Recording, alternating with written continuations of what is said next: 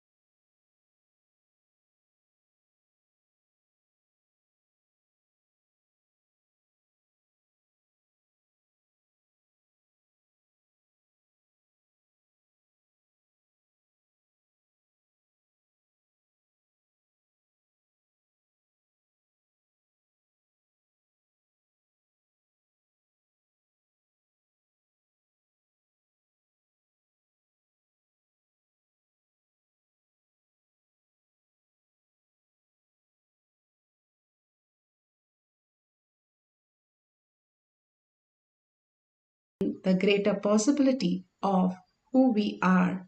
That is why 3 paths of power manifestation. First, all the pramanas. Second, we manifesting. Third, contribute to the world. And more you manifest and contribute by sharing all this greater truth, the powerful cognition, the initiation as our reality. Ending the session with a Purna mantra. Om Purnamada Purnamidam Purna Purnamudashyate Purnasya Purnamataya Purnamevavashishyate. Om Shanti Shanti Shanti. Hari Om Tat Sat Sarvam Bhagavate Sri Nithyananda Paramashivam Padukarpanamastu.